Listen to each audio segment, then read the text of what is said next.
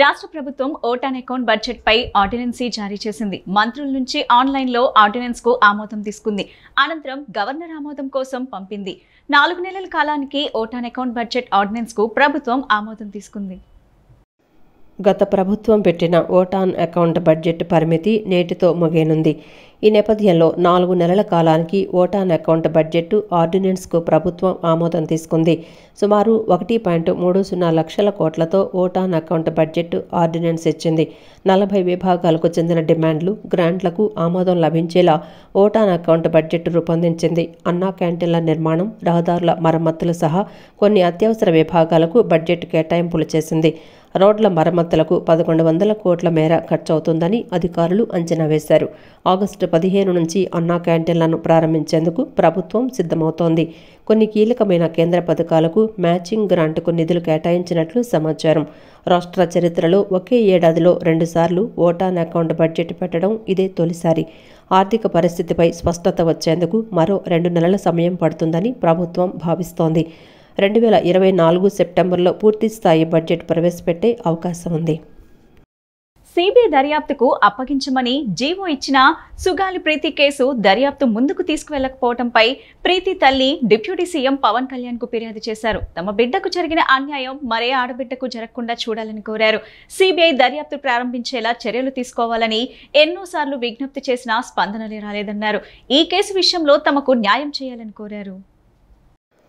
సుగాలి ప్రీతి తల్లి Parvati deputy CM Pawan కళ్యాణ్ను కలిశారు. తన బిడ్డకు న్యాయం జరగలేదని కన్నీటి పర్యంతమయ్యారు.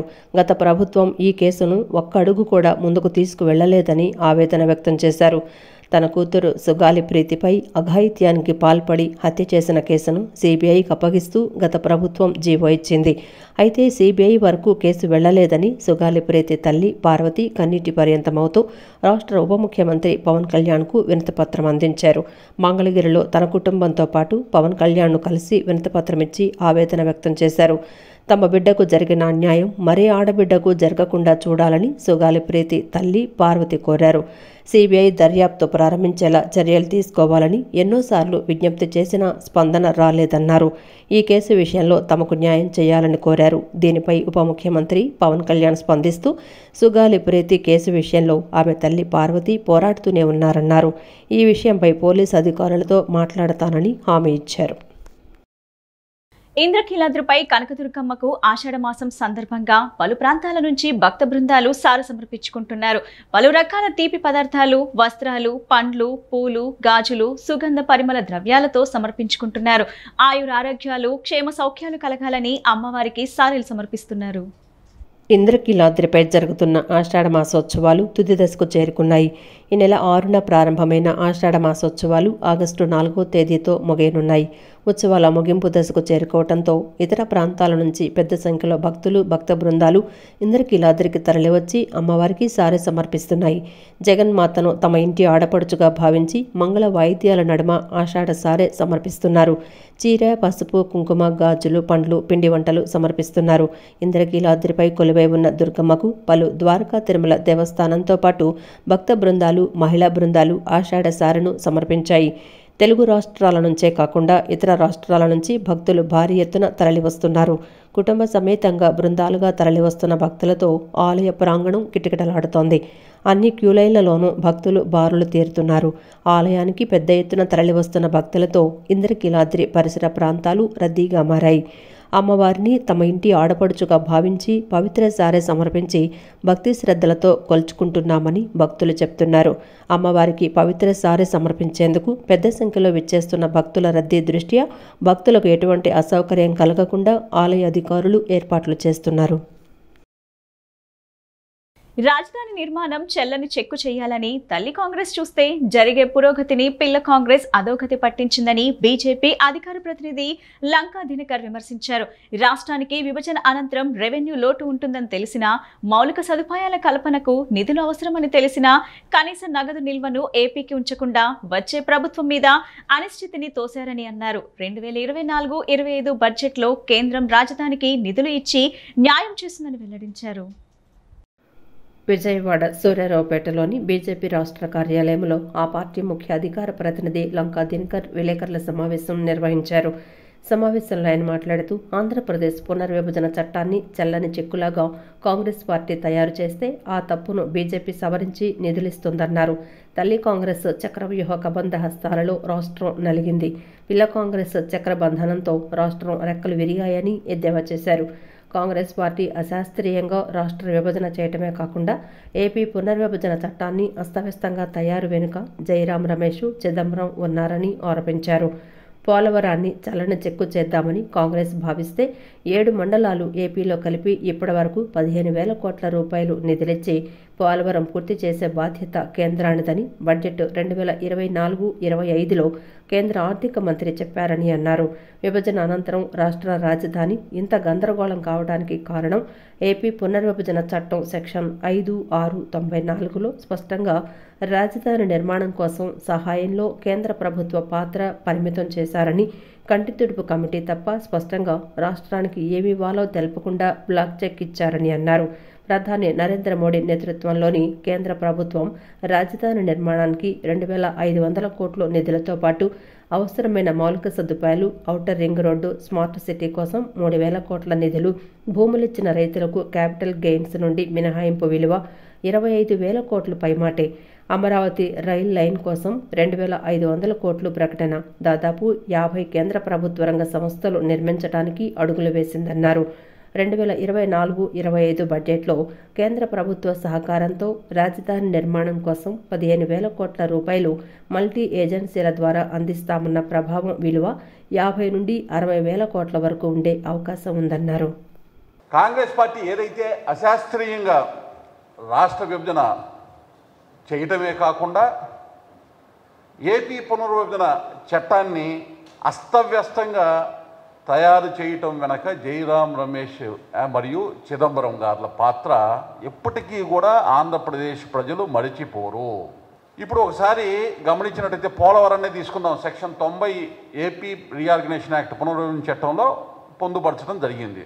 కానీ ఎప్పటికీ కూడా పోలవరం పూర్తి కాకూడదు అనేటటువంటి ఒక చెల్లని చెక్కులాగా ఆ నిబంధనని పెట్టాలనే ప్రయత్నం చేసింది. కాబట్టే ఆ రోజు 7 మండలాలు ఏ అయితే తెలంగాణ నుంచి ఆంధ్రాకి కలపాలో దానిలో నిర్లిప్తగా వ్యవహరించారో దాన్ని సవరించింది నరేంద్ర మోడీ గారు. మొట్టమొదటి క్యాబినెట్లోనే దాన్ని 2014లో అధికారంలోకి రాగానే సవరించి 7 మండలాలని ఆంధ్రప్రదేశ్లో కలపబట్టే ఇవాళ పోలవరాన్ని దానికి సంబంధించినటువంటి పనులు వేగంగా జరిగేదానికి అవకాశం కలిగించి ఇప్పటి వరకు దాదాపు ఒక 15,000 కోట్లు జాతీయ ప్రాజెక్టుగా ప్రకటించిన తర్వాత నరేంద్ర మోడీ గారి నేతృత్వంలోని ఎన్డీఏ ప్రభుత్వం ద్వారా రాష్ట్రానికి విడుదల చేయడం జరిగింది.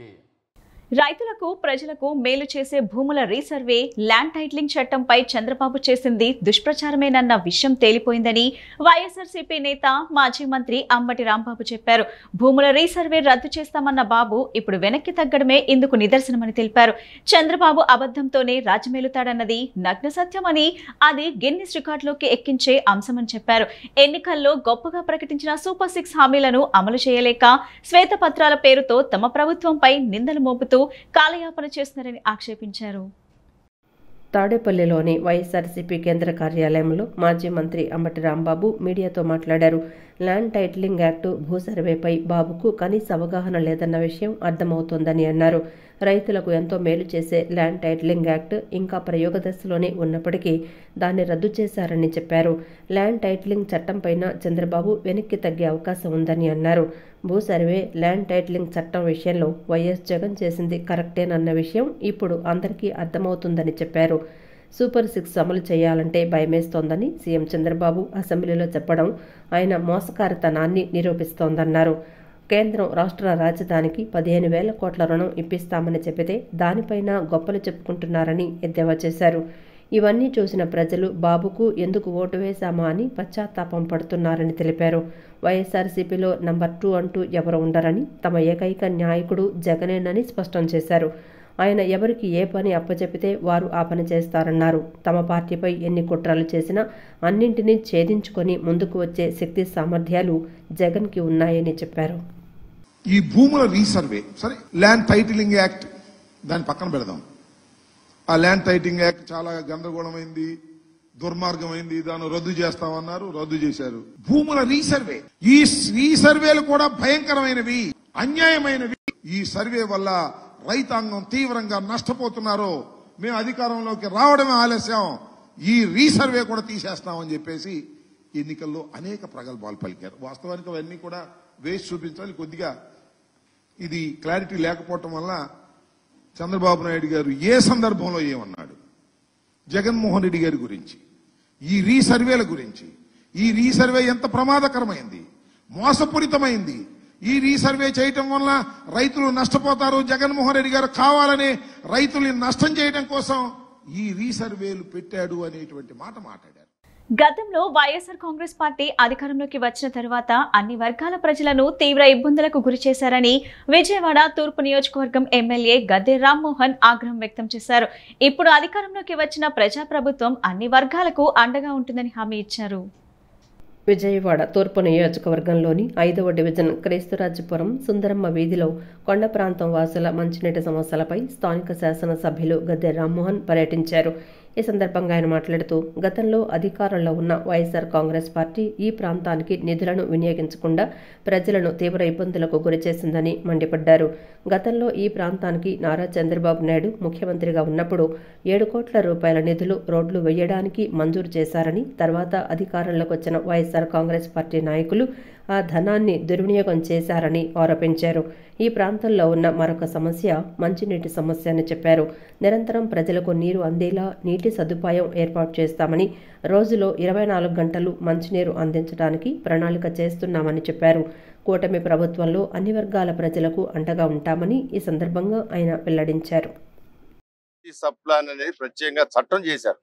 దళితులు నివసించే ప్రాంతాల్లో వాళ్ళకి కనీసం రాష్ట్ర బడ్జెట్ లో కానీ కార్పొరేషన్ బడ్జెట్ లో కానీ 18% నిధులు కంపల్సరీగా ఖర్చు పెట్టాలి.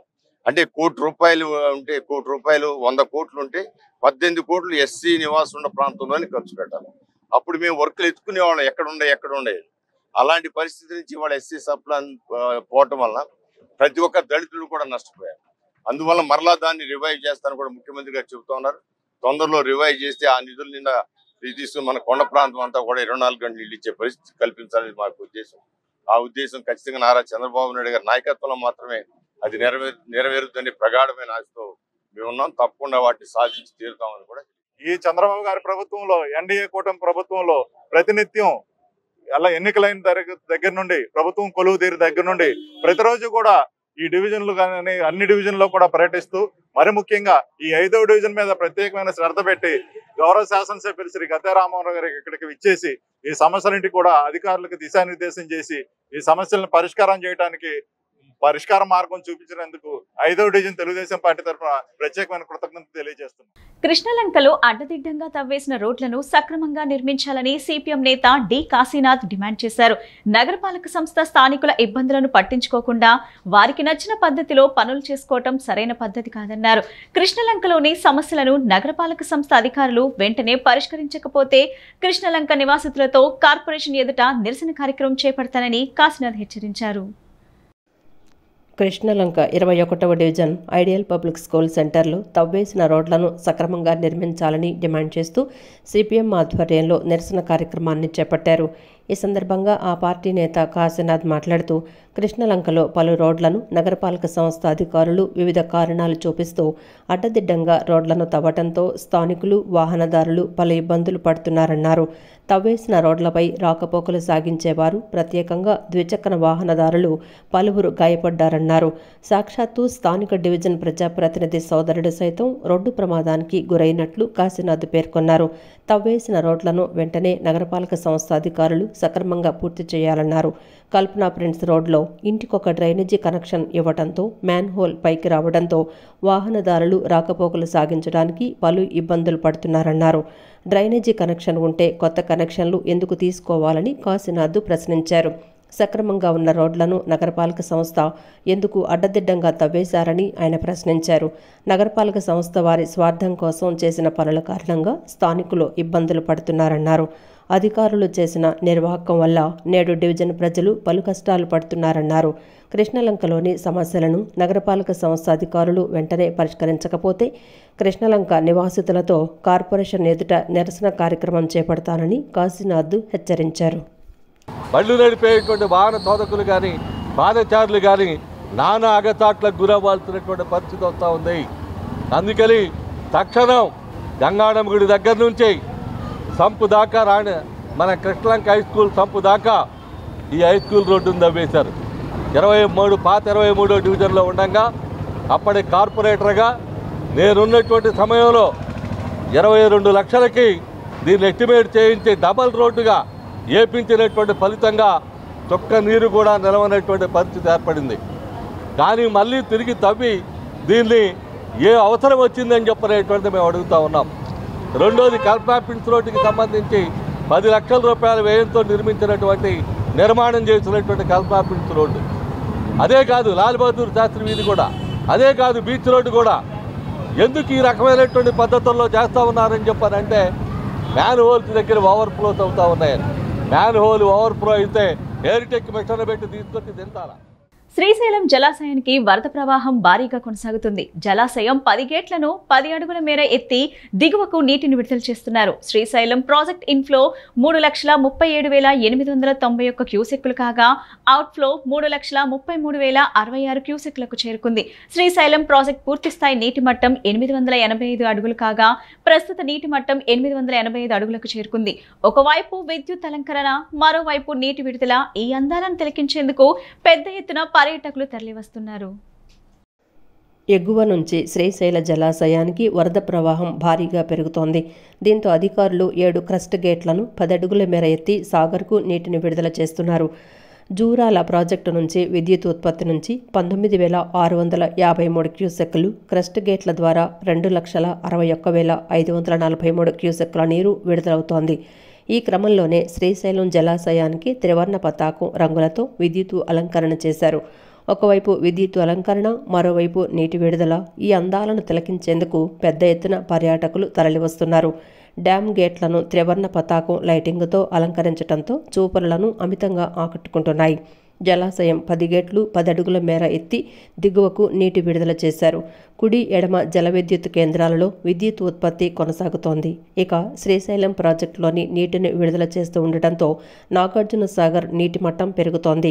సాగర్కు భారీగా వరద ప్రవాహం వచ్చి చేరుతోంది. సాగర్ ఇన్ఫ్లో 2,32,843 క్యూసెక్కులు కాగా అవుట్ఫ్లో 27,454 క్యూసెక్కులకు చేరుకుంది. సాగర్ పూర్తిస్థాయి నీటి మట్టం 590.00 అడుగులు కాగా ప్రస్తుత నీటి మట్టం 522.20 అడుగులకు చేరుకుంది. పూర్తి నీటి నిల్వ సామర్థ్యం 312.5050 టీఎంసీలు కాగా ప్రస్తుత నీటి నిల్వ సామర్థ్యం 153.3180 టీఎంసీలకు చేరుకుంది. ప్రభుత్వం వచ్చి నిన్న 3 నెలలు అవ్వలేదు. అప్పుడే నిమ్మకూరులో 50 లక్షల రూపాయల మట్టి, కోసూరులో 1 కోటి రూపాయల మట్టి అమ్ముకున్న ఘనత వర్లకుమార్ రాజాదని మాజీ ఎమ్మెల్యే కైలే అనిల్ కుమార్ వ్యాఖ్యానించారు. అభివృద్ధి పక్కన పెట్టి తనపై చేసిన ఆరోపణలు నిజమైతే కుమార్ రాజా అధికారంలో ఉన్నారు కాబట్టి తాను ఎటువంటి విచారణకైనా సిద్ధమని సవాల్ విసిరారు. పాముల లంక వంతెన కనీసం శంకుస్థాపన కూడా చేయలేదని, 40 రోజుల్లో పనులు మొదలు పెడతామని చెప్పిన ఎమ్మెల్యే అభివృద్ధి పక్కన పెట్టి తమ కార్యకర్తలపై దాడులు చేయటం, అక్రమ కేసులు పెట్టడం తప్ప సాధించిందేమీ లేదని కైలే అన్నారు. తాను గెలుస్తానని తనకే తెలియదని, అటువంటి వ్యక్తి నేను ఇళ్ల స్థలాలు ఇవ్వలేదని ఆరోపిస్తున్నాడని, తనకి దమ్ముంటే తాను ఇచ్చిన ఇళ్ల స్థలాలు చూపిస్తానని రమ్మని కైలే అన్నారు. ఆయన అనుకోకుండా గెలిచిపోయాడు ఈ నియోజకవర్గంలో. ఆయనకు కూడా ఏం చేయాలో తెలియట్లేదు. గ్రామాల్లో ఏం చేస్తూ ఉన్నారంటే బుక్ కీపర్లు తీసేయడం, ఫీల్డ్ అసిస్టెంట్ని తీసేయడం, దానికి ఒక రేటు మాట్లాడుకోవడం, వచ్చి వెంటనే చెరువులు తవ్వడం ప్రారంభించారు. ఆయన ఊరు తిరిగేవాడు. ఎప్పుడా కూడా మేము ఊరు చెరువులు తవ్వేవాళ్ళం కాదు, ఇసుక ఒకే కాంట్రాక్టర్ ఉండేవాళ్ళు, అన్నీ కూడా జరిగాయి. కానీ ఈరోజు రావడమే నిమ్మకూరులో దాదాపుగా 50 లక్షల రూపాయలు మట్టి అమ్మేశాడు ఆయన. అదేవిధంగా కోసూరులో 1 కోటి రూపాయలు మట్టి అమ్మేశారు. అంటే ఈ 5 సంవత్సరాల్లో ఇంకా ఆయన ఎంత అవినీతి చేస్తాడో మనమే అంచనా వేసుకోవచ్చు. 50 సంవత్సరాలు కృష్ణా డెల్టాకు హక్కుగా రావాల్సిన 154 టీఎంసీల నుంచి ప్రస్తుతం పట్టిసీమ ద్వారా కృష్ణా డెల్టాకు విడుదలవుతున్న జలాలకు తోడుగా నాగార్జున సాగర్ ప్రాజెక్టు నుంచి పులిచింతలకు కనీసం 10 టీఎంసీల కృష్ణానది యాజమాన్య బోర్డు ద్వారా విడుదల చేయించి కృష్ణా డెల్టాలోని పంటలను కాపాడాలని సాగునీటి వినియోగదారుల సంఘాల సమైక్య రాష్ట్ర అధ్యక్షులు ఆళ్ల వెంకట గోపాలకృష్ణరావు కోరారు. మచిలీపట్నంలో జరిగిన నీటిపారుదల సలహా మండలి సమావేశంలో ఆయన మాట్లాడారు. కృష్ణానది యాజమాన్య బోర్డు ప్రధాన కార్యాలయాన్ని విజయవాడలో ఏర్పాటు చేయాలని ఆయన ప్రభుత్వానికి విజ్ఞప్తి చేశారు. ఇప్పుడు నుంచి ఒకసారి గోదావరి ఫ్లాట్ స్టార్ట్ అయితే అప్ ట్రెండ్ కానీ డౌన్ ట్రెండ్ ఉండదండి. ఎందుకంటే పెరుగుతూ ఉంటుంది. ఆగస్టులో 5 లక్షలు, 8 లక్షలు, 12 లక్షలు కూడా అయిపోద్ది, 20 లక్షలు అవుతుంది. అప్పుడేమవుతుంది, కూలింగ్ మోటార్లకు టచ్ అయిందని ఆపేస్తే మనం అసలు దారుణంగా ఎండిపోయే పరిస్థితి వస్తుంది. కాబట్టి ఆ కూలింగ్ టవర్ సైడ్ పెంచడం ఒకటి. రెండోది, ఇందాక ఎస్సీ గారు కరెక్ట్ పాయింట్ చెప్పారు. 15-19లో ఇలాంటి పరిస్థితి వచ్చినప్పుడు మనం ఏం చేశాం, మనకి పునర్విభజన చట్టం ప్రకారం కృష్ణానది యాజమాన్య బోర్డు ఒకటి ఏర్పాటు చేశారు వాటర్ రిలీజ్ చేయడానికి. దయచేసి కలెక్టర్ గారికి రిక్వెస్ట్ అండి, ఈ ఐఐబి ద్వారా ఒక తీర్మానం చేసి మనం నాగార్జున సాగర్ నుంచి 10 టీఎంసీలు మనం పులిచింతల గొడవమని ఒక తీర్మానం చేయించారు. ఎందుకంటే మన రైట్ ఇది, రైట్ సార్. 154 టీఎంసీలు కృష్ణా డెల్టాకి ఇవ్వాలి 13 లక్షలకి. ఈ బులెటిన్ ఇంతటితో సమాప్తం. తిరిగి మరో బులెటిన్ కలుద్దాం. నమస్కారం.